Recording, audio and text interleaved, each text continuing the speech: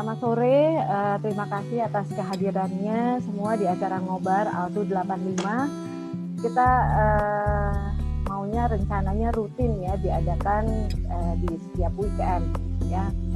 Kebetulan di bulan puasa ini sambil nunggu beduk ya, ngabuburit, jadi diisi sama ngobrol-ngobrol yang bermanfaat. Terus pembicaranya dari teman-teman juga, partisipan untuk acaranya juga dari teman-teman, terus tambah lagi sponsornya juga dari teman-teman. Terima kasih banyak buat teman-teman yang udah ngedukung Ngobar Altu 85 ini. Oke, saya Budi, saya dulu di 110, 2 IPA 1, 3 IPA 1. Kita bicara mengenai masa paruh baya, Golden Age. Nah, tamu kita sore ini adalah Ari Darmana. Ya, Ari Darmana. Selamat sore Om Ari. Selamat sore. Sedikit ya. Wabarakatuh. Ya, waalaikumsalam warahmatullahi wabarakatuh. Sedikit aku bacain ya tentang Om Ari. Om Ari Darmana lahir di Jakarta 28 Februari 1966. Pendidikan formalnya SD, SMP. Nanti tinggal lihat aja siapa yang merasa pernah satu sekolah dulunya diingat-ingat. SMP-nya SMP 9, SMA-nya SMA 7 di 110, terus 2 IPA 4, SMA Garut selebihnya ya. Nah, kenapa nih pindah ke SMA Garut nih? Sedikit dong, kenapa pindah dari SMA 7 ke SMA Garut kelas 3? Nyari suasana baru. Oh, suasana baru. Nyari yang gelis ya di sana ya. Yeah. Oke. Terus pendidikannya S1 Universitas Islam Jakarta, Hukum Perdata, S2-nya UGM, konsentrasi hukum bisnis. Wah, jadi nanti kalau ada yang mau tanya-tanya mengenai hukum bisa ke Om Ari juga ya. Insyaallah. Oke, terus pendidikan non formal Basic Commercial Course di Garuda Indonesia, Flight Operation Officer Garuda Indonesia, pendidikan khusus profesi advokat, pendidikan dan pelatihan beternak ayam kampung unggulan. Wah, ini seru banget nih yang terakhir. Di luar ini namanya tidak diduga nih kalau ikut pendidikan berlatih pelatihan beternak ayam kampung, hubungannya apa gitu loh sama basic commercial course tadi ya. Sebenarnya nggak ada hubungannya, tapi nanti aja kita dengerin ceritanya dari Om Ari. Sedikit lagi saya sampaikan bahwa Om Ari itu riwayat pekerjaannya udah banyak banget ya, dari tahun 93 di Garuda, terus tahun 2013 di Airnav Indonesia, juga sebagai aktif di advokat, anggota Peradi, owner Asako Farm, peternak dan perkebunan kopi, dan owner Gruts Coffee, sama owner Patco Laundry. Wah, kayaknya banyak banget nih ya. Oke, nah sesuai dengan tema hari ini, happy ya menghadapi pensiun ya. From aero to agro ya. Nah, seru banget. Yuk kita mulai, tapi sebelumnya saya mau share foto dulu ya. Ada yang mau saya share fotonya Om Ari.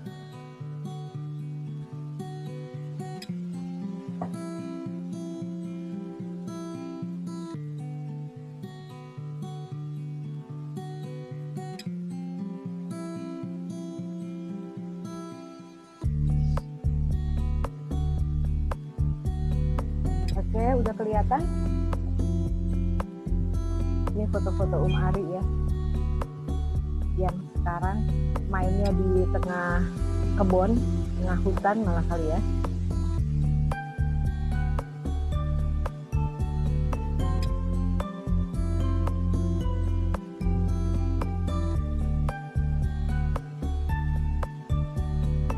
Oke, ya itu sekilas foto-fotonya.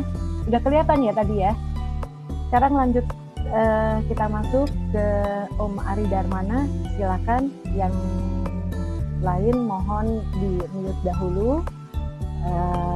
Nanti setelah kita mendengar 15 menit dari Om Ari, mungkin ada ada diskusi, ada tanya jawab, silahkan di setelah 15 menit itu ya. Oke, terima kasih. Silakan Om Ari. Iya, terima kasih Irbut dan rekan-rekan semua.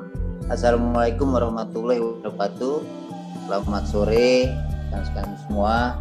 Terima kasih saya udah diundang untuk ngobrol-ngobrol bareng di sini, sharing pengalaman yang temanya hidup bahagia di masa pensiun. Berarti pada saat penyelenggara ngomongin bahagia di masa pensiun, kelihatannya gue udah bahagia. Alhamdulillah, terima kasih. Semoga ini merupakan doa buat kita bersama ya. Semua bahagia, sehat walafiat. Gue mulai aja, kita ngobrolnya santai, jadi nggak usah terlalu formal gitu. Kulihat bahagia adalah perasaan hati yang tentunya tiap orang, tiap individu berbeda-beda persepsinya tentang bahagia. Seperti misalnya ada yang suka di pantai, dia bahagia, dia bisa mancing. Ada juga yang suka di gunung, kayak Om Monty, senang, dingin, adem, melihat kabut, kan gitu. Jadi itu bahagia adalah merupakan perasaan hati. Namun kalau gue sedikit masuk ke keyakinan gue, agama Islam, bahwa bahagia itu bukan saja hanya di dunia, tetapi juga harus dicari, harus diraih, harus didapat sampai di akhirat. Jadi bahagia dunia akhirat. Seperti dalam surat Quran surat Al-Qasas ayat 77, dan carilah pada apa yang telah dianugerahkan Allah kepadamu kebahagiaan negeri akhirat, dan janganlah kamu melupakan bahagian dari kenikmatan bahagiamu di dunia. Jadi balance antara akhirat dan dunia gitu. Kalau teman-teman yang beragama Islam, biasanya kita kenal dengan doa sapu jagat yang Rabbana atina fid dunya hasanah wa fil akhirati hasanah wa qina adzabannar, yang gitu. Jadi dalam keyakinan gue harus balance antara bahagia dunia dan juga bahagia akhirat kelak. Bagaimana caranya? Ikutin aja tuntunannya di Quran dan hadis. Nah, kita nggak ngomongin agama, kita balik lagi ke pokok persoalan atau pokok tema hari ini, yaitu bahagia di masa pensiun. Terus juga saya tambahkan Aero to Agro. Jadi persiapan dan pelaksanaan pada pensiun, untuk memasuki pensiun itu sangat diperlukan ya. Sangat diperlukan. Persiapannya itu bahkan pada saat kita masih bekerja, masih aktif bekerja. Yaitu persiapan di mana kita gaya kerja, gaya kepemimpinan kita itu harus kita sudah mulai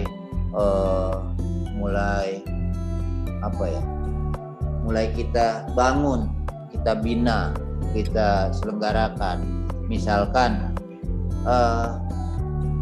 bahwa pekerjaan dan jabatan itu adalah titipan dan amanah gitu. Itu yang selalu gua terapkan gitu. Dan kita masuk masa pensiun, ini yang paling penting.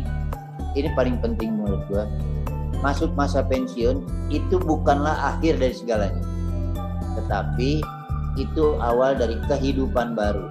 Bukan hidup baru kawin lagi, tapi awal dari kehidupan baru di mana kita nanti terbiasa dengan adanya teman-teman yang ramai, banyak, ketemu tiap hari, akan tidak lagi. Terus juga yang tadinya pergi pagi pulang sore katakanlah gitu, atau pergi subuh pulang malam, itu juga sudah tidak lagi. Yang tadinya kita punya anak buah atau katakanlah punya bapak buah, udah nggak ada lagi. Ini adalah awal kehidupan baru di mana kita menjadi manusia yang merdeka. Manusia merdeka yang tadinya pakai dasi, nah sekarang pakai celana pangsi. Alhamdulillah, itu perlu disyukuri, disyukuri dengan benar-benar ikhlas. Terus gaya kerja dan kepemimpinan, misalnya kita jangan sok juragan waktu lagi aktif gitu. Kita bagian dari tim. Terus memang kita terbelenggu, apalagi yang di BUMN nih, kayak Mas Joko juga atau teman-teman yang lain. Kita terbelenggu di area protokoler. Tapi pada saat itu gue lakukan protokoler hanya sebatas saat kedinasan. Di luar kedinasan gue enggak, gue sendiri, lakukan sendiri. Seperti nyetir, itu kalau kedinasan aja gue pakai supir, kalau enggak ya gue nyetir sendiri gitu. Terus gaya kepemimpinan dan gaya kerja kita. Yang ketiga, di saat masih aktif kita harus menabung, dan kalau gue pada saat itu ikut DPLK itu program program pensiun yang dikelola oleh bank. Gue nggak sebut banknya, gue ikut bank BUMN. Terus juga kita bisa menabung emas, kita ikutan reksadana, membeli aset. Itu penting saat kita masih aktif. Jadi persiapan itu. Terus juga pada saat masih aktif, persiapkan usaha yang disesuaikan dengan minat kita, keinginan kita.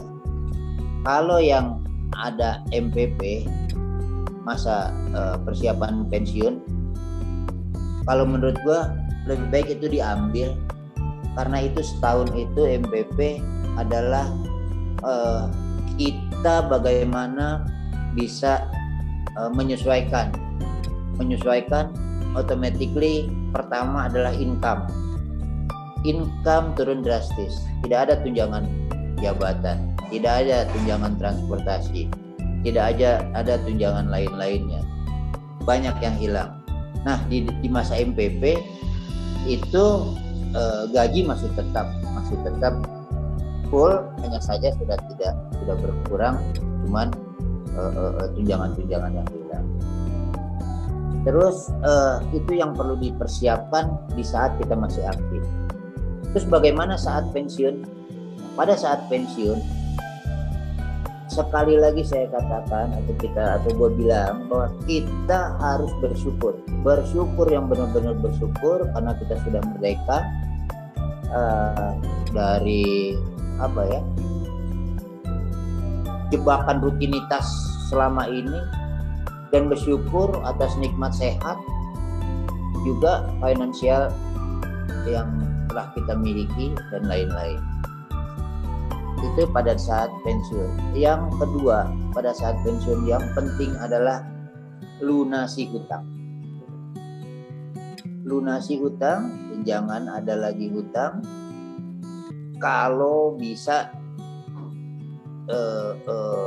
hutang-hutang yang jangka panjang itu ditarik ke depan, selesaikan. Dan juga piutang tentunya kalau ada, selesaikan juga. Itu menjadi satu kendala.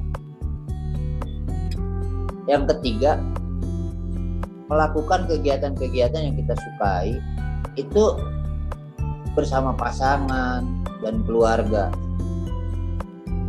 karena nanti kita akan lebih lama bersama pasangan dan keluarga di rumah, katakan di luar rumah itu hanya begitu sedikit. Jadi kita harus lakukan itu bersama-sama. Dan yang keempat, ubah lifestyle, sesuaikan dengan finansial kita yang ada. Seperti contoh dulu kita lifestyle-nya, taruhlah gue main golf sebulan bisa 3-4 kali, ya sekarang nggak main golf lagi kan, gitu. Kita sesuaikan, mungkin sepedahan saja, atau yang tadinya mau motoran kita hanya untuk hura-hura jalan-jalan, sekarang mungkin kita rubah banyak lifestyle kita yang itu yang penting. Biasanya kita lupa bahwa kita sudah berbeda. Dan maksud gue lifestyle ini jangan langsung berubah sekaligus juga, bisa di prosesnya bisa dilewati secara bertahap. Yang kelima, optimalkan keahlian dan hobi kita. Kita optimalkan lagi sehingga itu bisa menjadi sumber pendapatan kita. Sebagai misal, gue bisa motret, gue lakukan motret, optimalkan lagi sehingga motret itu bisa jadi pendapatan. Atau gue bisa ngebengkel, ya gue lakukan itu bengkel sehingga itu bisa menjadi pendapatan. Misalnya gue hobi melihara ikan, coba hobi tersebut tingkatkan lagi dan itu menjadi sumber pendapatan, bukan hanya sekedar hobi-hobi saja yang menjadi pengeluaran. Justru itu dapur terganggu, orang rumah masalah. Gitu. Yang keenam, kelima tadi ya. Keenam, aset yang kita miliki itu jadikan sumber pendapatan. Misalkan rumah yang kita miliki dirubah jadi tempat kos, katakanlah, jadi tempat usaha, terus apalagi mobil, punya aset mobil ditukar, ganti dua biji, yang satu jadikan Grab, orang yang bisa driverin kan gitu. Jadi apapun yang bisa kita manfaatkan. 7, tetap berolahraga dan berpikir.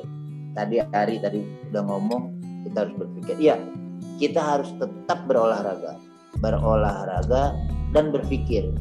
Jangan sampai kita pas pensiun kita banyak nggak mau mikir apa-apa, akhirnya gaptek, akhirnya ketinggalan ketinggalan zaman kayak Sidul anak Betawi kan. Jangan gitu, tapi kita terus update, kita harus berpikir dan berolahraga minimal berapa menit tuh ada. Waktu kemarin Mona rasanya udah kasih tahu. Yang ke-8, kita harus tetap bersosialisasi dan berbagi. Bersosialisasi di mana? Bisa di lingkungan rumah, yang tadinya kita agak kurang di rumah, lingkungan rumah kita bisa sekarang. Terus bisa di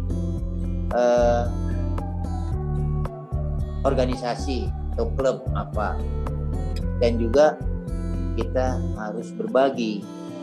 Berbagi ini tidak melulu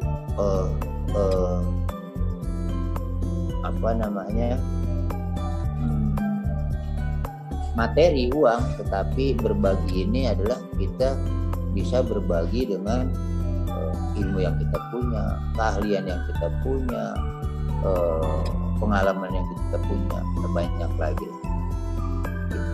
Terus yang ke-9 itu tingkatkan kualitas dan kuantitas beribadah. Nah, di sini gue bilang tingkatkan kualitas dan kuantitas beribadah bukannya baru dimulai. Kalau baru dimulai pada saat pensiun udah ketinggalan. Ya tapi yang belum ya silakan. Beribadah itu seyogianya harus dilakukan waktu kita masih aktif. Itu sebagai rem kita. Nah, pada saat pensiun ini justru kita tinggal meningkatkan, memolesnya, meningkatkan dari kualitas dan kuantitas beribadah. Dan karena kita selalu sering di rumah dan segala macamnya kita di rumah, ingat, jadikan rumah itu adalah surga untuk kita.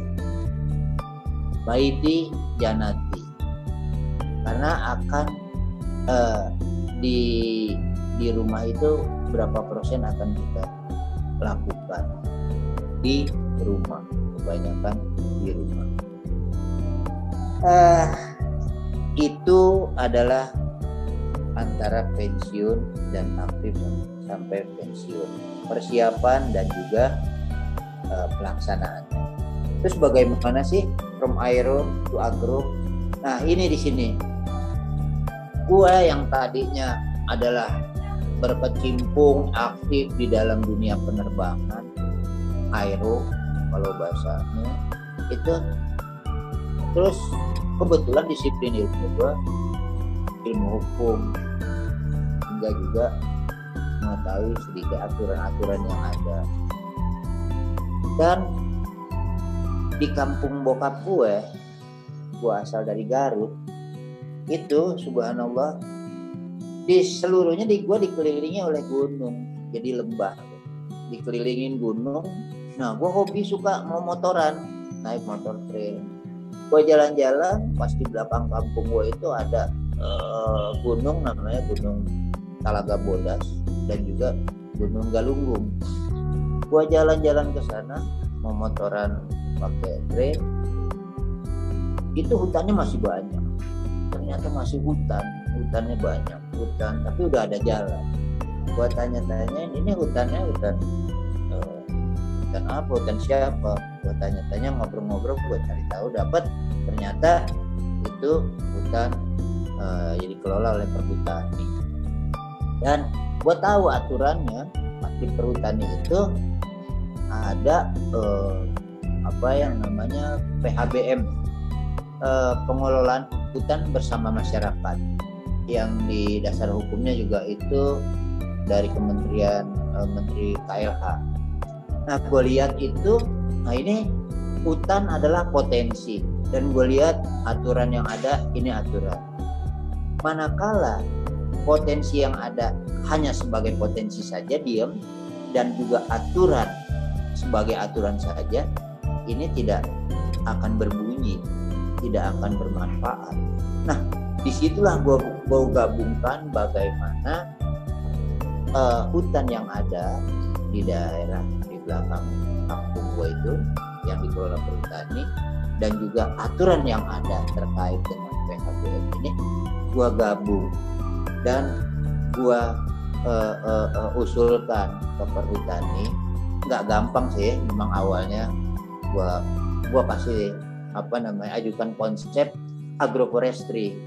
Agroforestry itu di mana kita memanfaatkan hutan sebagai perkebunan dan segala macam, dengan tetap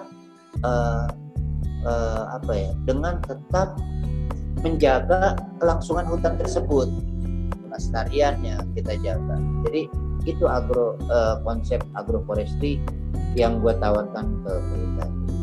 Akhirnya bisalah ngobrol, gayung bersambut, dan dikasihlah. Nah, tanaman apa? Kebetulan gue suka ngopi, ya gue bikin tanaman kopi. Nah, kopi tidak hanya sebatas bikin kebun kopi, terus jadi petani, terus udah gitu aja, tapi nggak punya nilai added value, nilai tambahan lagi. Nah, di situ gua coba bikin yang dari si serinya itu gua olah sehingga jadi green bean, dan green bean ini nggak gue jual lagi hanya sebagai tes green bean, tetapi gue manfaatkan lagi, gue olah lagi menjadi roast bean, biji kopi yang sudah disangrai. Nggak sampai di situ lagi, gue bilang karena akan ada satu pendapatan yang lebih, gue buat lagi kopi bubuknya, gue kemas lagi. Dan pada saat itu gue lihat begitu, sebelum pandemi ini, wah itu memang booming ya, kita kopi itu pas pandemi turun. Gue berpikir lagi bagaimana ini supaya ada pendapatan lagi, roast bean ini masih tetap berjalan. Maka dari itu kita buka kafe, memanfaatkan aset tadi rumah untuk meningkatkan lagi penjualan dan lain, dan juga diversifikasi yang tadinya hanya jual produk kopi bubuk, green bean atau roast bean, sekarang menjadi siap sajinya kafe. Nah di sisi lain gue juga itu tadi gue ikut kursus pelatihan beternak ayam kampung. Kalau gue pikir ayam kampung ini ayam asli Indonesia, mutfah asli Indonesia yang kita harus lestarikan. Terus bagaimana di Kementerian Pertanian itu di Litbangnya dia mempunyai ada ayam spesies baru yang dibuat adalah ayam kampung unggulan, di mana dia bisa bertelur sampai sekitar 180-200 butir per tahun, sehingga dia hilang sifat mengeramnya, bukan hilang, tinggal 10%.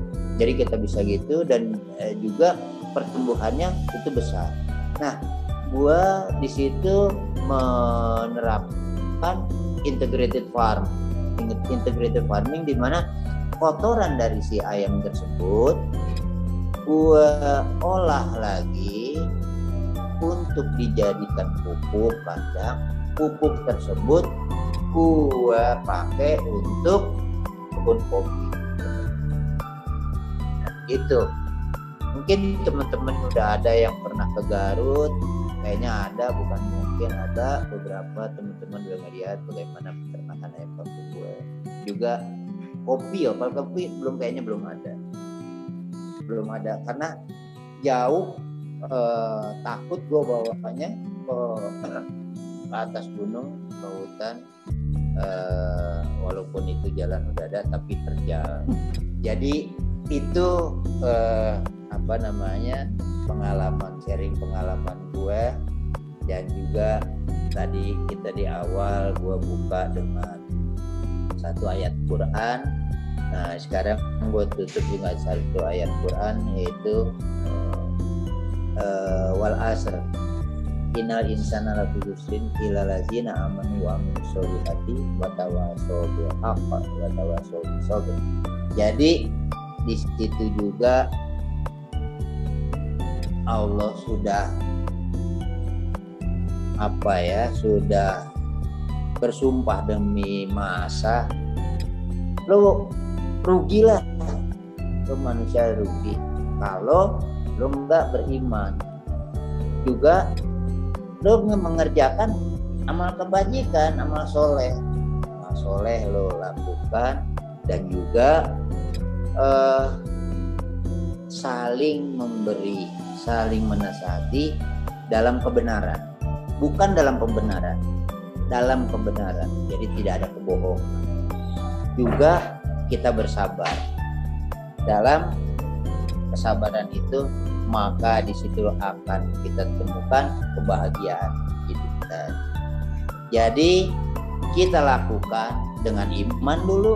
Setelah iman kita lakukan dengan kebaikan segala sesuatunya, dan juga kita saling mengingatkan antara kita tentang kebenaran dan juga tentang kesabaran. Mungkin cukup ini dulu dari gua. Kalau ada pertanyaan silakan. Kalau ada kesalahan atau yang tidak berkenan, gua mohon maaf lahir batin. Semoga kita bermanfaat. Ya. Iya. Keasikan nih kayaknya lebih dari 15 menit, tapi nggak apa-apa lah. Mohon maaf. Oke, nggak apa-apa, seru-seru. Oke, teman-teman yang mau tanya silakan. Ada yang mau tanya? Ayo, ya. Kak Ari, ayo silakan. Menarik ya Ari, aku tertarik. Pengelolaan hutan bersama masyarakat ini kan karena kamu advokat, jadi kamu tahu peraturannya ya. Sebetulnya kan di Indonesia ini kan banyak sekali hutan yang tidak belum optimal dikelola ya. Jadi sebetulnya beruntung ya bahwa kamu tahu mengenai ini. Sebenarnya menarik ya, karena kan info ini kan tidak tersebar luas kecuali kalau Anda di birokrasi, dan kalau orang-orang tidak dalam birokrasi mungkin nggak tahu ya. Yang aku ingin tahu, pengelolaan hutan itu dalam jangka berapa lama, dan apakah itu bagi hasil, dan apakah itu apa konsekuensinya pajak juga, siapa yang menanggung, kalaupun ini kan bisnis ya, kelestarian, sustainability, kita bicara permaculture ya, jadi bagaimana sustainability dari sebuah produk kopi dan ayam itu binatang dan tanaman. Tapi aku tertarik bentuknya kerjasama apa dalam bentuk, mestinya dalam bentuk MOU atau kontrak atau kerjasama 15 tahun, 20 tahun, 30 tahun, dan berapa yang dikelola, berapa hektar, dan apakah itu terbuka untuk masyarakat hanya yang tahu aja kah, misalnya gitu kan. Karena sebetulnya kita kan Indonesia itu kaya, dan pandemi ini sebetulnya pertanian itu adalah yang bisnis yang untuk ketahanan pangan sebetulnya ya. Jadi tapi kan info ini kan tidak accessible pada masyarakat. Bagaimana aksesibilitas info itu? Kecuali aku mandiri ya, aku tidak kerja pada siapa-siapa, aku kerja sendiri ya, I'm independent ya, kerjaanku independen. Jadi tapi kita berteman dan kita tahu bahwa hanya segelintir orang saja yang tahu, orang kehutanan, atau apakah harus ikut main juga, apakah karena jaringan, apakah ada form yang sangat jelas bahwa masyarakat boleh berapa tahun dan di mana saja hutan itu, di Jawa, Kalimantan, Sulawesi, Sumatera. Nah itu kan sebetulnya, atau hanya orang-orang yang modal besar saja sebagai pengusaha besar yang tahu, misalnya sawit berapa ratus hektar, berapa ribu hektar. Nah aku tertarik karena kamu kan sebagai individu dan bisa mencapai kesepakatan dengan kehutanan ya, Kementerian Kehutanan yang ini berdasarkan pengelolaan hutan bersama masyarakat. Sejak kapan ini? Apa ada sudah sejak Indonesia berdiri, atau baru-baru ini saja karena pandemi, atau karena kebijakan Pemda Jawa Barat yang aku dengar sangat mendukung selama pandemi ini, memberikan kemudahan bagi anak-anak muda, dikasih 2.000 meter, lalu hasil budidayanya juga diambil, dibeli, ada yang kemudahan dalam mereka dikasih lahan, hasilnya dibeli. Karena kita kan juga tahu di Indonesia ini menanam tuh senang ya, bagus, tetapi kan menjualnya itu berapa pintu terpulaknya. Jadi pertanyaanku satu, secara hukum apakah itu terbuka untuk masyarakat? Bentuknya seperti apa? Apakah itu 50% bagi hasil, ataukah itu dalam bentuk berapa tahun misalnya pengelolaan itu? Kan kamu juga harus modal, returnnya juga harus balik dong modalnya kan. Makasih, maaf agak panjang pertanyaannya. Iya, oke, pertanyaan bagus, semuanya bagus, juga pernyataan juga bagus. Jadi memang benar itu pengelolaan hutan bersama masyarakat adalah satu aturan yang tadi gue bilang turunan dari Kementerian KLH. Jadi hutan kita banyak banget. Nah, yang tadinya hanya pengusaha besar, ambil di Kalimantan ribuan hektar, di Papua ribuan hektar, ini 2013-2014 sudah mulai dibuka keran itu mulai dibuka. Nah, itulah bagaimana memanfaatkan. bagaimana caranya? Memang kerjasama. Kalau di Jawa itu hutan dikelola oleh perhutani, ya mungkin kalau di Kalimantan Selatan agak berbeda, ada juga yang dikelola oleh PTPN, ada juga yang memang masih hutan negara, ya di bawah Kementerian Lingkungan Hidup. Nah, karena di Jawa Barat ini adalah di bawah perhutani dan PTPN, pas kebetulan di daerah tersebut, di daerah gua itu di bawah perhutani, sehingga gua ajukan itu, gua ngobrol, lu punya potensi, kita ada aturan, ayo kita garap. Nah, itu adalah bagi hasil sangat-sangat bisa gue bilang sangat-sangat ringan. Kita bukan sewa, beda dengan PTPN. Dengan perhutani kita bukan sewa. Jadi gue dikasih konsesi 50 hektar. Tapi saat ini masih gue bukan kelola hektar. Nah, ternyata lumayan berat juga untuk land clearing dan tanaman segala macam. Memang pemupukan hanya setahun 2 kali. Gampang lah setahun 2 kali pemupukan. Tetapi lighting dan segala macam. Bagaimana bentuk kerjasamanya? Bentuk kerjasamanya adalah setelah hasilnya tersebut berbagi. 75% kita, 20% itu 25% gua sudah dikurangi, negotiable. Gua ajak ngobrol, negotiable. Gua bilang kurangi dengan ongkos produksi. Ongkos produksinya apa? Nggak usah dah dari sampai pupuk segala macam, tapi ongkos produksi adalah ongkos petik, ongkos panen. Karena di situ ada harganya. Gue bilang biar masyarakat juga sejahtera. Akhirnya dari panen tersebut harganya adalah harga yang sudah nanti harga hari itu seri tersebut dikurangi dulu harga petik Rp1.000 per kilo. Gue bilang supaya si masyarakatnya juga ikut sejahtera dengan keberadaan kita di sana gitu. Dan juga gue libatkan di dalam land clearing, di dalam penjagaan pemupukan masyarakat sana. Untuk apa? Untuk mengurangi lagi dia penjarahan hutan. Dan terbukti, alhamdulillah. Gua kasih tahu begini, nanam kopi begini, cara metik kopi begini. Akhirnya sekarang banyak yang sudah ikut. Nah, di situ gua jadi bisa mengelola sekitar 12-an petani yang menggarap beberapa hektar kopi. Gitu. Terbuka untuk masyarakat, iya. Terbuka sekitar. Hanya memang itu kadang kita ini kurang fokus atau nggak fokus atau fokusnya beda. Fokus tapi fokusnya beda. Tapi untuk orang-orang yang kehutanan, di perhutani atau memang dia bisnis di perkebunan, tahu itu. Makanya gue bilang from aero to agro, kagak ada urusannya Pak.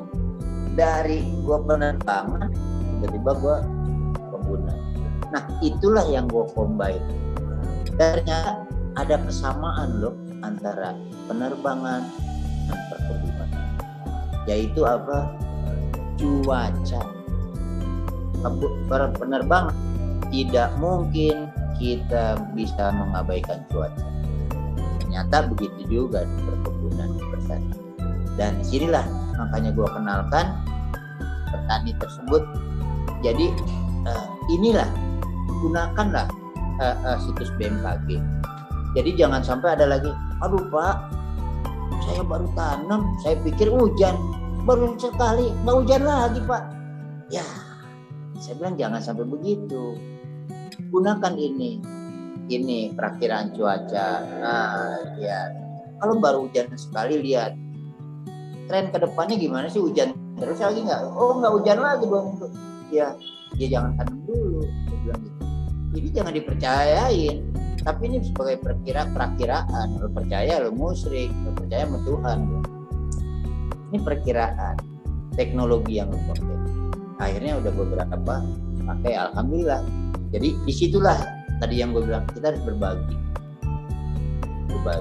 apapun berbagi.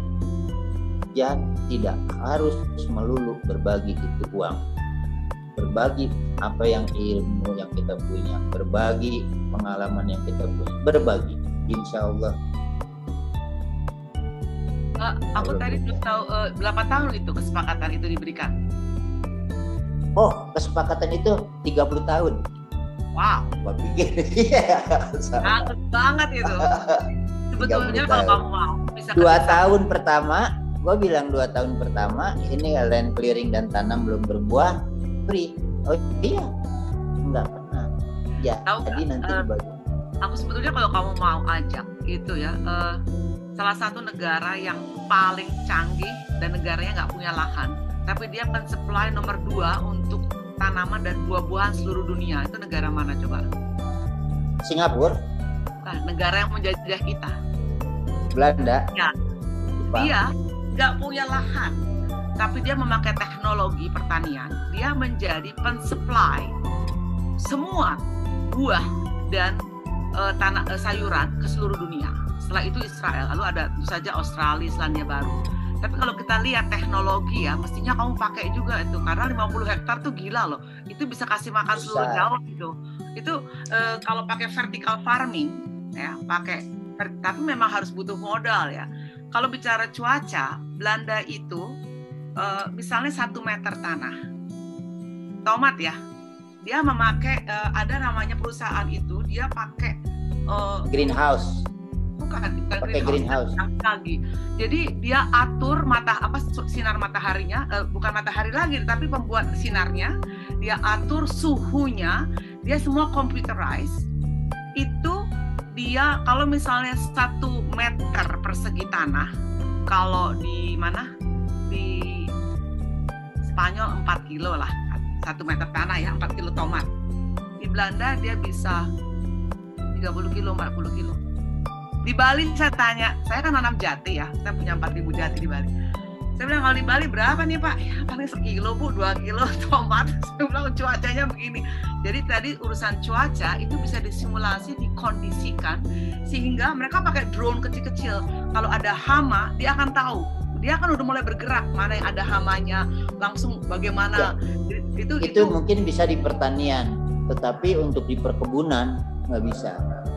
Karena begitu luasnya, dan juga kalau kopi ini harus ada pohon pelindung, hutan tadi. Kalau yang tadi I've been there, gue udah ke Belanda, gue ke Utrecht waktu itu, gue lihat itu dia pakai greenhouse yang serba computerized, dan itu yang gue lihat juga integrated farmnya. Dari dia punya sapi ya 2 aja, tapi dia olah susu buat keju, kotorannya itu dia untuk pupuk lagi. Makanya di Belanda itu bau. Kalau bulan Juni Juli itu bau kotoran apa. Ternyata dia nggak olah. Kalau gue diolah dengan probiotik, sehingga si pupuk tersebut, si kotoran tersebut nggak bau, cepat, jangka waktu 2 bulan itu sudah bisa jadi pupuk. Pakai ekoenzim deh.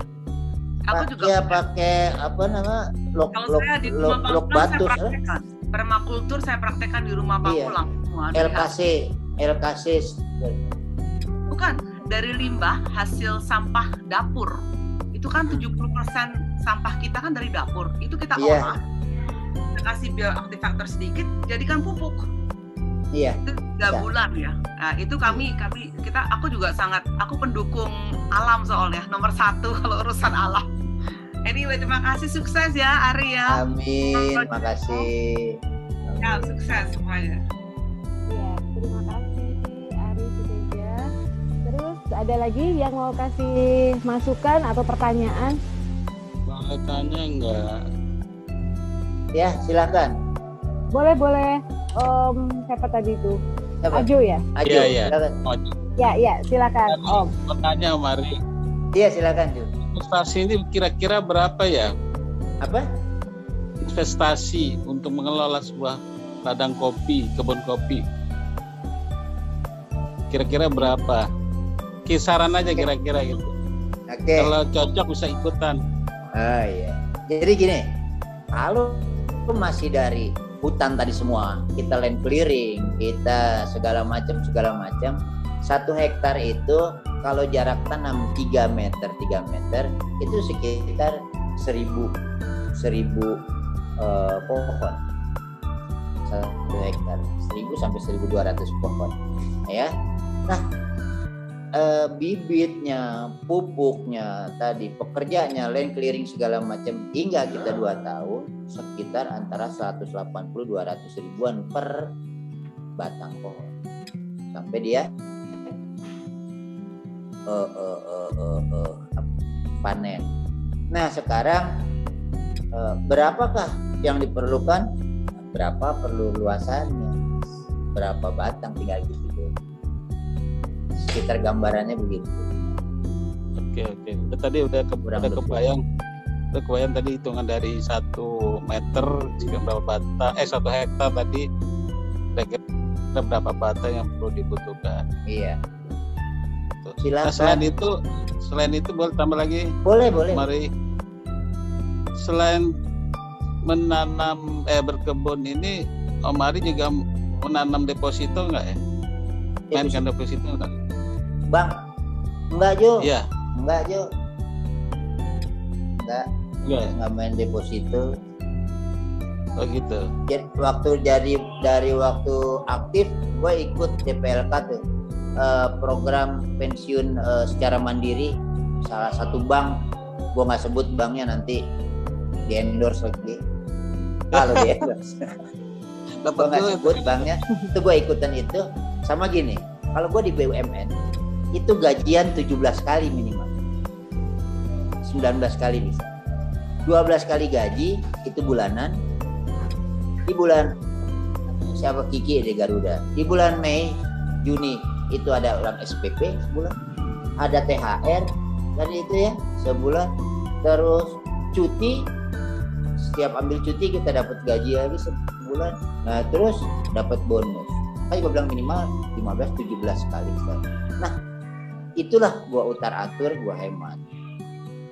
Apalagi setelah kita tambah masa kerja masa gitu, berarti itu ada SPD, uang SPPD. Nah, itu gua kelola, gua belikan emas, gua belikan aset, gitu.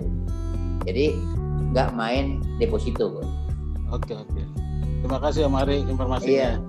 Iya, boleh kasih. Oke. Jadi masih ada yang penasaran nggak? Kira-kira berapa sih sebenarnya modalnya? perlu dijawab ini nggak ya? Gimana nih Om Ari? Kalau ada yang tadi udah gue jawab. Per batang sekitar antara 180-200 ribu. Oke, ambil kalkulator. Harus pakai slide-nya. Slide. Kan nggak boleh kita ngobrol santai, kalau pakai slide formal dong, jadi formal. Kan tinggal dikalikan. Kalau kita 1 hektar, tadi gue udah kasih tahu jarak tanam 3 meter kali 3 sekitar 1000 sampai 1200 batang. Kan gitu. Nah, sekarang mau berapa hektar kan tinggal gitu. Ya. Oke. Ya, paling nggak udah ada gambaran lah ya. Kita ada gambaran. Rupiahnya berapa? IDR-nya ya. Oke, ada lagi pertanyaan atau mau diskusi apa nih kira-kira? Yang masalah pensiunnya nih ya. Kalau saya penasarannya gini, menurut Om Ari sendiri, saya boleh nanya ya, dua pertanyaan. Menurut Om Ari ya, orang itu pada saat mau pensiun biasanya yang ditakuti itu apa sih gitu? Kan Om Ari ngerasain sendiri nih ya, pengalaman sendiri nih. Oke. Bisa dijawab nggak? Itu pertanyaan pertama. Yang kedua, saya pernah ketemu ada 3 orang yang kebetulan 3-tiganya waktu itu masa prapensiun. Ya. Yang satu setiap ketemu saya dia bilang, aduh, gue mau pensiun nih bentar lagi, kayaknya gue nggak punya duit gitu. Yang satu tuh ya. Yang kedua, kerjaannya setiap hari hubungin saya, bikin ini yuk, bisnis ini yuk. Padahal dia belum pensiun, tapi dia sudah berpikir ke arah itu. Yang ketiga ada lagi yang kebetulan dia ibu-ibu, dia bekas vice president di Gramedia. Saya dengar dari satpam gitu. Sekarang pintu pagar di depan ditutup dari jam sekian sampai jam sekian. Tukang sayur boleh masuk dari jam sekian sampai jam sekian. Ini perintah siapa? Saya bilang. Itu perintah ibu itu. Jadi belum pensiun sudah mempunyai power dipindah tempatkan gitu kan. Nah, menurut Ari apakah seperti itu ya? Jadi sebenarnya yang ideal itu yang mana gitu? Untuk buat kita nih yang mau pensiun, yang mau menghadapi pensiun, biar bisa mengikuti jalan yang benar gitu. Oke, itu aja sih 2 pertanyaan. Tipe yang mana yang langsung gue jawab ya. Okay. Yang satu adalah apa yang kita takutin gitu ya. Ya biasanya ya pasti secara finansial turun. Tadi gue udah bilang pasti itu udah ketakutan. Maka dari itu persiapan dari sebelum waktu masih aktif kan gitu. Terus ketakutan itu di apa ya? Di mitigasi sehingga tidak terjadi gitu ya. Yang tadi gue bilang, kalau secara finance ketakutan, iya rubahlah aset dijadikan pendapatan kan gitu. Hobi keahlian jadikan pendapatan. Gue yang tadinya misalnya hobinya naik mobil jeep, tukerlah mobil biasa saja gitu kan ya. Naik gitu kan gitu. Kita harus harus bisa memitigasi tadi ya, sehingga tidak timbul. Terus dan kebetulan kalau gue memang gue mau pensiun sebelum waktunya, yang istilahnya pensiun dipercepat. Kalau kita udah di atas 45 tahun, pas kebetulan gue waktu itu 53 tahun, masih ada waktu 5 tahun lagi. Tetapi di 10 tahun terakhir gue hanya berpindahnya di situ-situ saja gitu, 1 tingkat di bawah direksi. Sedangkan untuk direksi quote-unquote politis udah dari Garuda berpindah di Airnav Indonesia, begitu terus gitu ya. Gue pikir udah cukup kayaknya di pensiun dipercepat. Jadi memang gue sudah punya persiapan lebih dahulu. Makanya itu gue bilang kalau ada yang MPP, masa MPP itu diambil, jangan masih terus aktif. Karena kenapa? Itu adalah program di mana kita penyesuaian, balik lagi ke masyarakat. Bagaimana kita yang tadinya begitu punya power, sekarang nggak punya power. Yang jadi tidak ada lagi yang kena post power syndrome.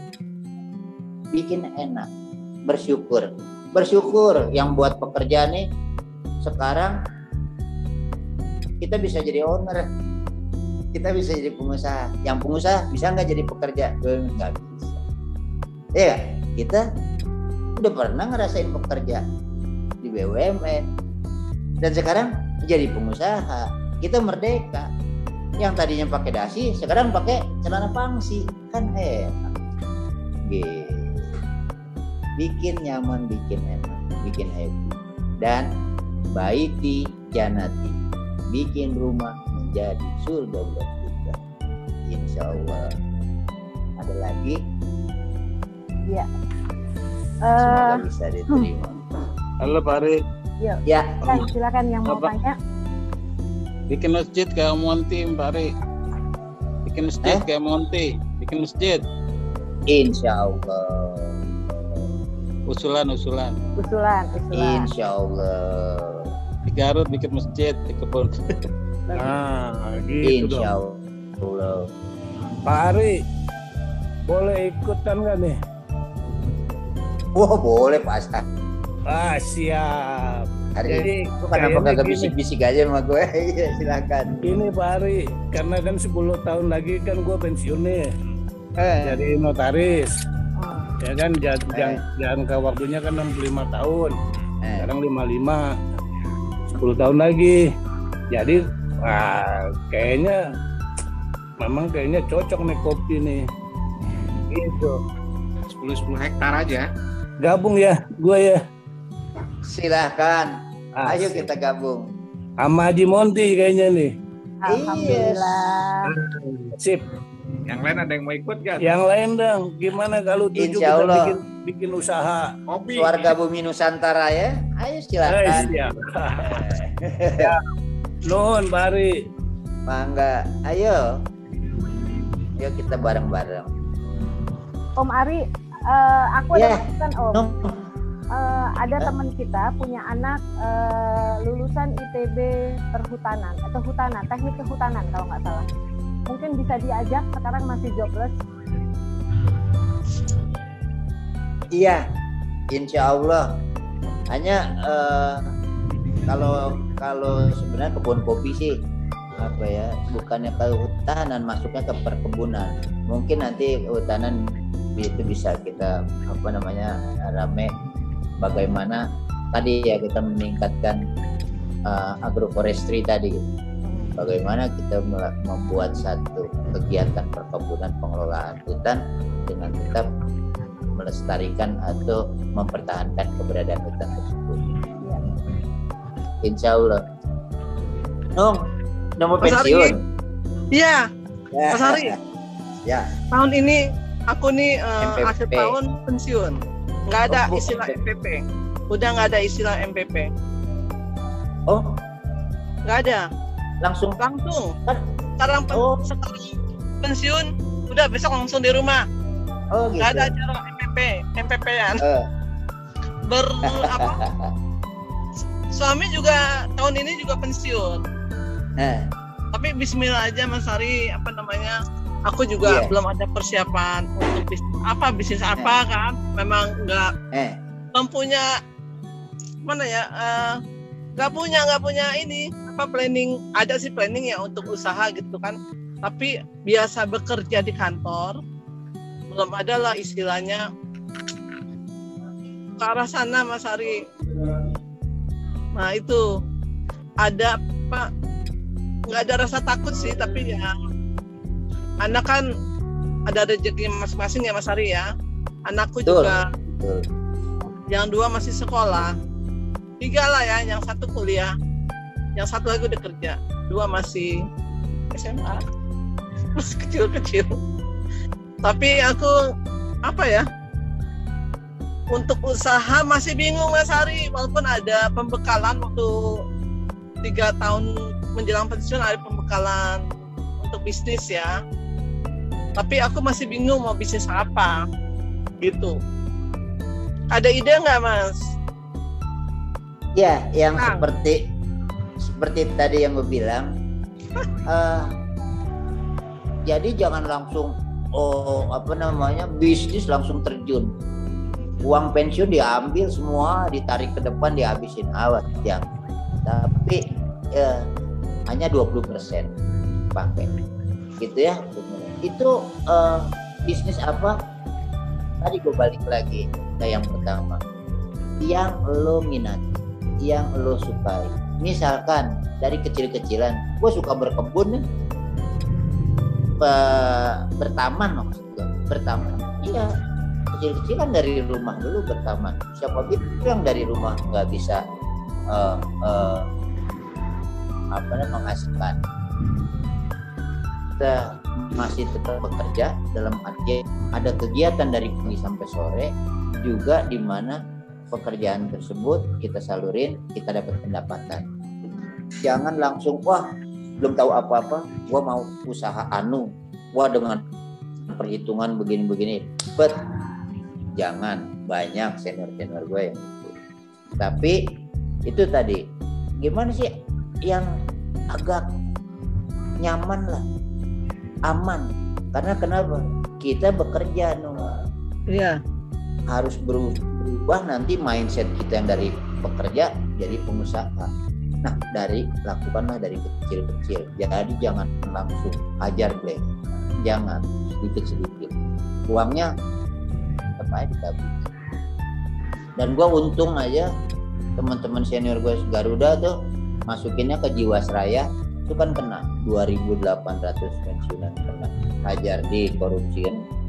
Gue kebetulan masuknya ke Bumi Putra. Hati-hatilah yang untuk pengelolaan itu. Iya. Makasih Kang. Iya, kembali kasih. Jadi jangan takut bersyukur kita udah bisa lewat dari situ. Bersyukur. Ya, amin. Insya Allah. Insya Allah. Makasih Kang. Oke, ada lagi. Waktunya sebetulnya sudah habis jam 17, tapi kami kasih waktu 5 menit lagi, silakan. Satu dong, Kang Ai. Boleh. Silakan. Siapa ya? Silakan. Ini tadi kan produksinya ya, mulai dari caranya, biayanya dan lain. Terus penyalurannya atau penjualannya kemana Kang Ai ya? Oh, penjualan itu. Iya, makasih. Itu kan tadi gue udah bilang. Kalau untuk seri, untuk si buah saja, itu pasti akan banyak tengkulak yang datang. Kalau kita nanti tingkatkan dari seri tadi ke green bean, juga akan banyak tengkulak. Atau kalau sudah jadi green bean, kita bisa ekspor. Ekspornya bagaimana? Kita ikut dengan eksportir kopi. Kita ikut eksportir kopi di situ. Gitu. Terus penjualannya bagaimana? Wah, sekarang kalau udah jadi kemasan banyak lah kita pemasaran atau dalam e-commerce itu banyak ya, atau bisa lo juga door to door atau punya website gitu, atau sekarang media sosial lo bisa pakai Instagram, pakai FB, pakai apapun bisa dilakukan. Yang penting mau, jangan ada huruf L-nya, malu dagang, malu jualan, apalagi seperti kayak gue udah dulunya bekerja gampang meja ibaratnya begini. Sekarang kita harus gua berkebun, gua jualan. Dan ingat kata kunci juga, jangan takut jualan, lu jualan aja ikhtiar. Masalah yang beli Allah yang ngatur. Lu jualan aja ikhtiar, kita jualan. Masalah pembelinya gimana? Allah yang kasih. Rezeki udah ada masing-masingnya ya, rezekinya. Iya tuh. Biar usahanya aja ya. Gue denger aja suaranya udah tahu nih. Belum cium baunya. Itu dari gue. Ada lagi? Gue nanya lagi gue. Asia. Iya. Jadi kalau umpamanya 1 hektar untuk sekian pohon, bertani usia kita begini kan, lo udah spesialis, udah ada produk. Bagaimana kalau pakai produk lo namanya boleh ganti ya gitu istilahnya? Boleh. Boleh. Silakan. Namanya, boleh. Kopinya pakai kopi Bang Ari, namanya Haji Monty gitu. Bisa ya? Boleh. Bisa diatur lah. Semuanya bisa diatur. Apa sih yang nggak bisa diatur? Memang itu udah bisa. Dan itu udah dijalankan. Siapa misalnya teman-teman ada yang mau, silakan. Kita bisa kasih, tinggal ganti merek. Dan untuk PIRT izinnya silakan pakai izin kita. Jadi nanti ditulis di situ produce by siapa, kita merek dagang sendiri. Boleh, insya Allah boleh. Tinggal atur. Makasih Haji Monty. Harusnya gue di situ tuh. Banyak nih kayaknya nih yang tertarik ya. Tadi sebelum Monty siapa ya yang tanya ya?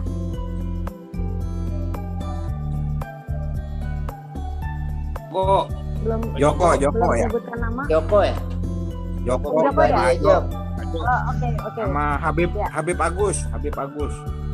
Oh, AA ya. Oke. Bukan nanya, cuma direcokin doang. Bukan pertanyaan itu lain. Ada lagi yang mau tanya? Oke. Kalau nggak ada, kita bisa tutup. Ya.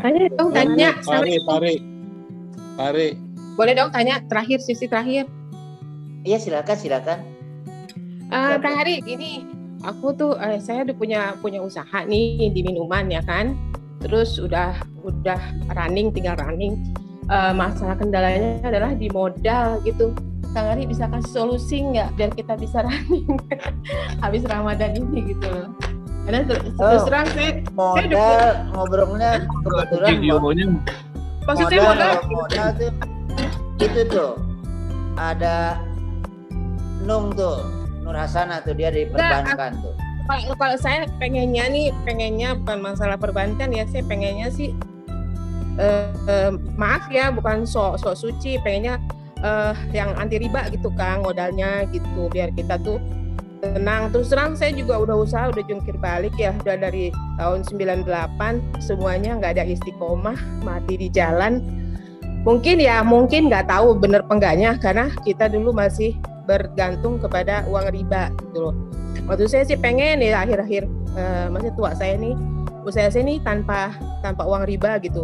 Bisa nggak ya? Ada solusi nggak ya? Maksudnya kok hidup saya nih semuanya dulu udah menggantungin ini itu semuanya dari serba uang riba gitu. Maksud saya nih pengen terakhir ini nih usaha sih pengen saya lanjutin ke anak-anak gitu, tapi tanpa uang riba gitu loh. Maksudnya ya mungkin menjual aset kayak gitu-gitu. Kang Ari, ada solusi yang lain nggak? Kang Ari mungkin punya pengalaman gitu untuk modal usaha gitu tanpa uang riba? Ada, yaitu lu buka di medsos, lu bilang bahwa gue punya produk anu, lu tawarkan siapa yang mau kerja sama dengan nilai investasi sekian, keluaran sekian.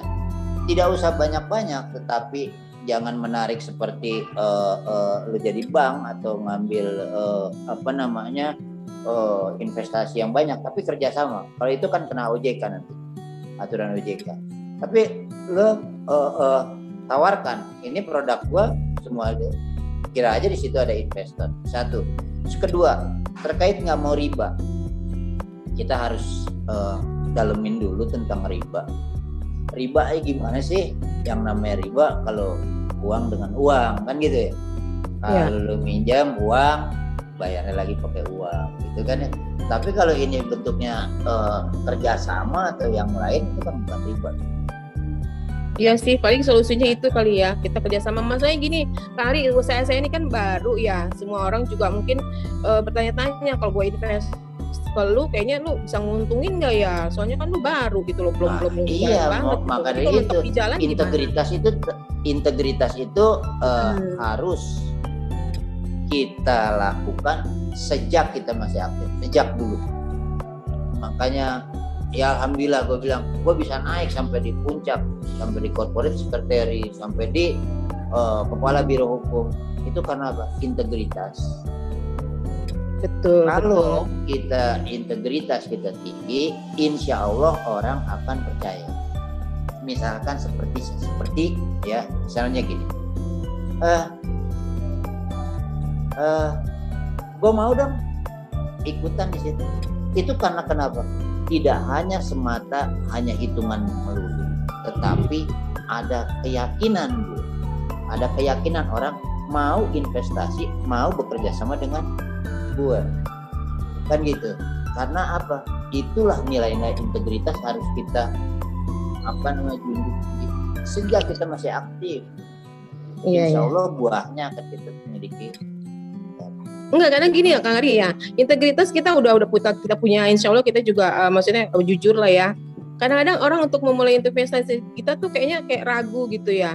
Banyak sih yang gue mau deh di distributor lo nanti kalau misalnya lo ini tapi gue nggak mau ngeluarin modal dulu deh, gila lo hasil lo dulu gitu lo. Nanti lo gimana kalau lo hasil baru gue mau deh invest ke lo, sementara gue mau jadi distributor dulu lah gitu.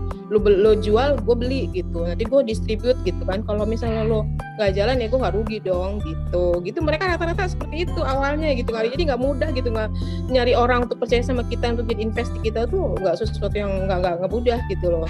Integritas itu kan udah kita canangkan, tapi kan untuk prakteknya itu orang butuh contoh dulu gitu loh.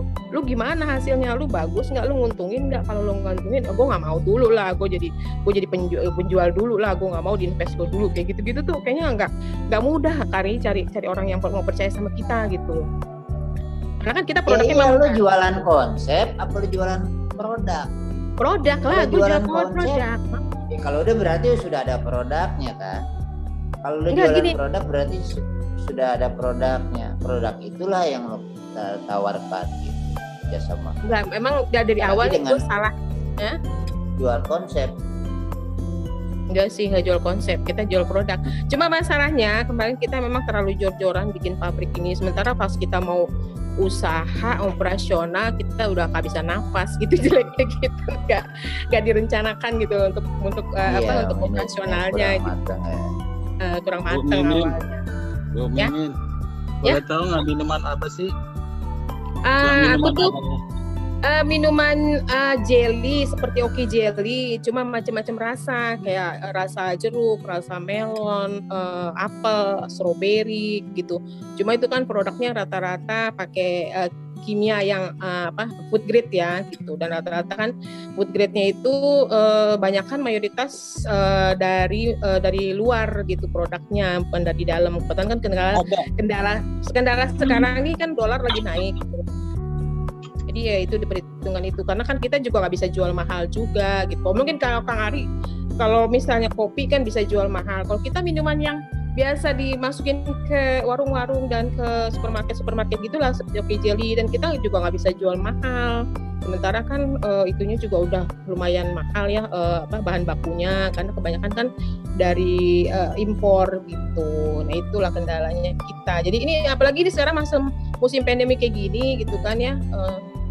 Ya kita juga sementara untuk melangkah ragu gitu loh, produk kita nih kira-kira bakal laku nggak ya gitu, mengingat orang kan sekarang lebih cenderung ke makanan pokok dulu lah gitu loh, untuk hal-hal kayak gitu bisa jalan nggak ya kayak gitu, rasa-rasa ragu kayak gitu tuh ada di kita gitu. Terus kalau kita misalnya ada invest nih, terus tiba-tiba kita nggak nguntungin investor itu, kita juga ada ragu juga di situ kayak gitu. Banyak pertimbangan Kang Ari untuk maju gitu loh.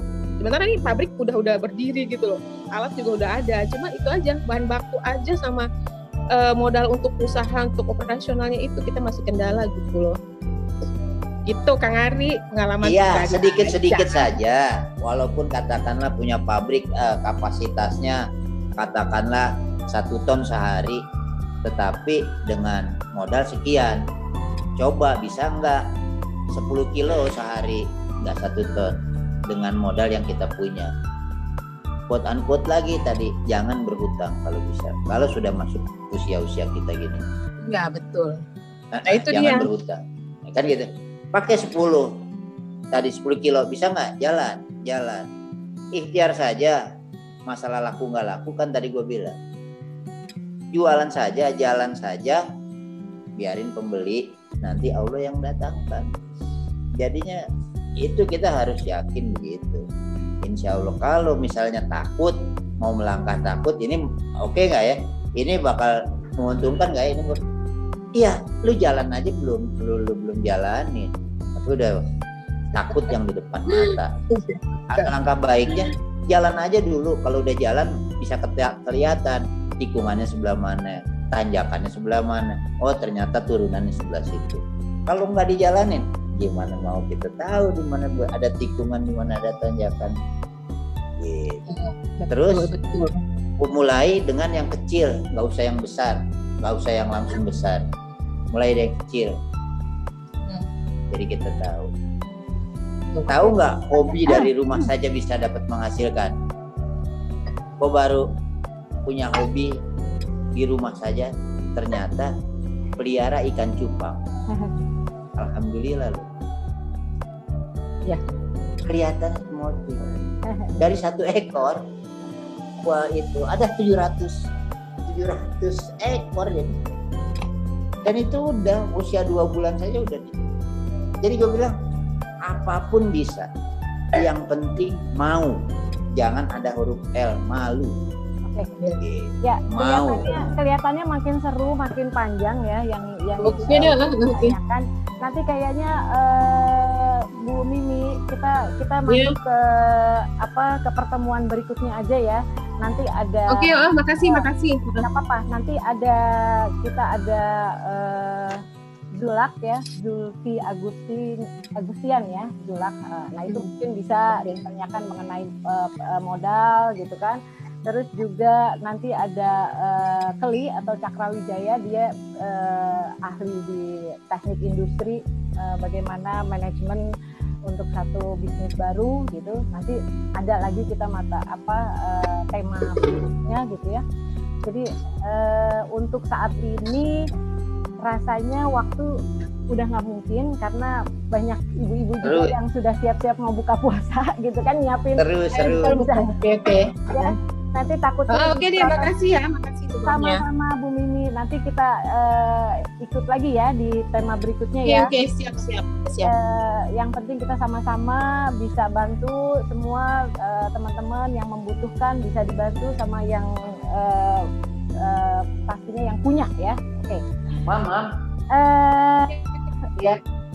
Oke gitu ya Bu Mimi ya, terima kasih. Ya oke, terima kasih ya, sama-sama ya. Sama-sama. Oke.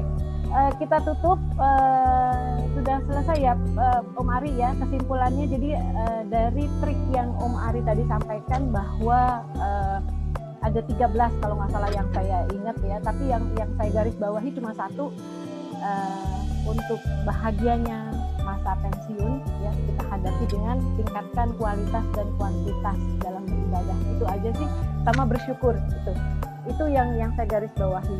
Oke, mudah-mudahan kita sepakat sama-sama, kita siapkan diri kita untuk masa pensiun dengan indah. Jangan takut pensiun, betul. Jangan takut pensiun. Terus itu bukan akhir dari segalanya, bahwa itu awal dari kehidupan. Ya, betul. Oke, sip.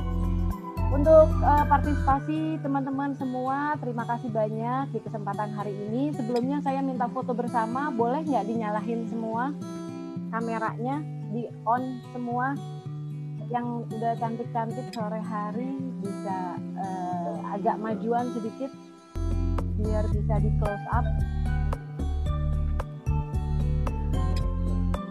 Yang belum dinyalahin, Desi, Ali, Vivi, silakan. Mimi, Dewi Anita, udah siap? 3, 2, 1. Lagi ya. 3, 2, 1. Oke. Iya. Terima kasih. Terima kasih sekali lagi. Mohon maaf lahir dan batin kalau ada salah kata atau yang kurang berkenan. Ayo kita tetap sehat, jaga kesehatan dan maju. Betul, Tetap semangat ya. Terima kasih Ari. Terima kasih teman-teman. Selamat menunaikan ibadah puasa. Jangan lupa besok di jam yang sama ya. Besok di jam yang sama ya, besok ya. Insya Allah. Terima kasih. Izin mas ya. Assalamualaikum Mohon maaf apabila ada salah-salah kata ya. Ya, siap. Kasih Kamari. Lahir batin. Ya, makasih kembali. Sama. Lahir batin. Ayo Haji Monti. Waalaikumsalam. Bang Ali ya semua ya. Alhamdulillah ya. Oke.